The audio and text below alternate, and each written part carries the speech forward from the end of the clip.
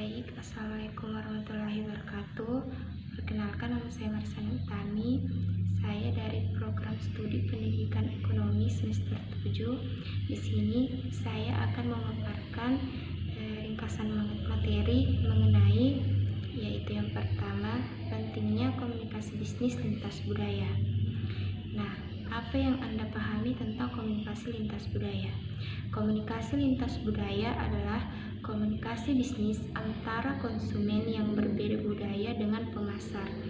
Pada hubungan tersebut paling tidak ada salah satu aspek dasar budaya seperti bahasa, agama, norma-norma sosial, nilai-nilai pendidikan, dan gaya hidup. Komunikasi lintas budaya menuntut sebuah perusahaan untuk lebih sensitif terhadap adanya perbedaan budaya dengan menghormati hak terhadap budaya konsumen dalam berbagai budaya dan pasar. Para pemasar hendaknya memahami bahwa konsumen mereka memiliki hak budaya masing-masing. Nah, komunikasi lintas budaya menjadi penting karena pertama, mampu menyatukan. Komunikasi lintas budaya memiliki peranan yang penting dalam dunia bisnis. Salah satunya adalah untuk menyatukan perbedaan budaya pada setiap perusahaan maupun setiap bisnis yang sedang berjalan. Yang kedua yaitu mempermudah proses negosiasi. Bisnis yang maju bisa saja sudah berskala dunia dan tidak hanya dilakukan domestik saja. Komunikasi lintas budaya menjadi kunci utama untuk berbisnis di luar negeri maupun di dalam negeri. Nah, yang ketiga yaitu membuka peluang kerjasama yang besar.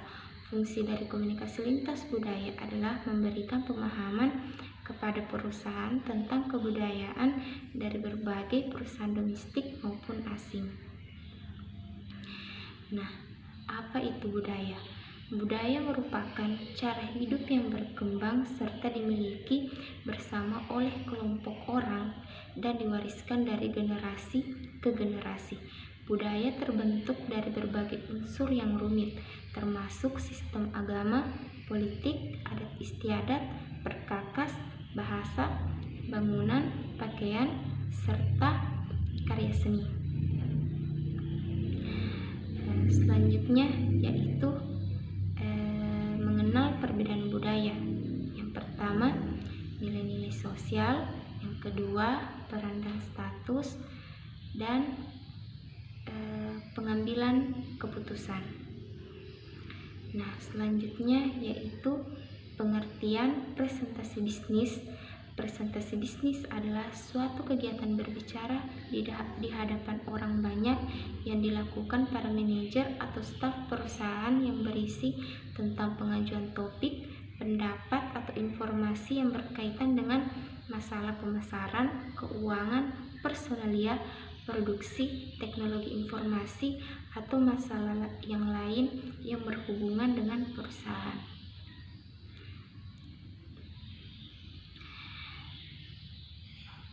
Tahapan presentasi bisnis diantaranya yaitu membentuk visi strategis mengenai kemana organisasi akan bergerak.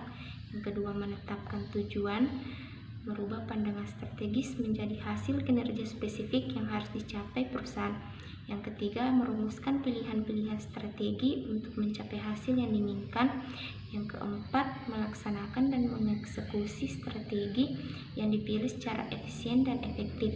Dan yang kelima, mengevaluasi efektivitas strategi dan dampaknya terhadap kinerja bisnis. Nah, persiapan mental sebelum presentasi yaitu pengusahaan topik atau materi yang akan dipresentasikan. Yang kedua, pengusahaan berbagai alat bantu presentasi dengan baik. Yang ketiga, menganalisis audiens. Dan yang keempat, menganalisis lingkungan lokasi atau tempat untuk presentasi. Nah, selanjutnya pengertian negosiasi. Negosiasi berasal dari bahasa Inggris yaitu negotiation, yang artinya perundingan. Dalam bahasa sehari-hari, negosiasi sepadan dengan istilah berunding, bermusyawarah, atau bermufakat. Orang-orang yang mengadakan perundingan disebut negosiator. Menurut Hartman, ada 4 poin penting yang perlu diperhatikan sebelum bernegosiasi, antara lain pencarian fakta terutama dari pihak lawan, menaksir posisi lawan negosiasi, membuat perencanaan yang baik, dan memilih serta mengatur tim negosiasi.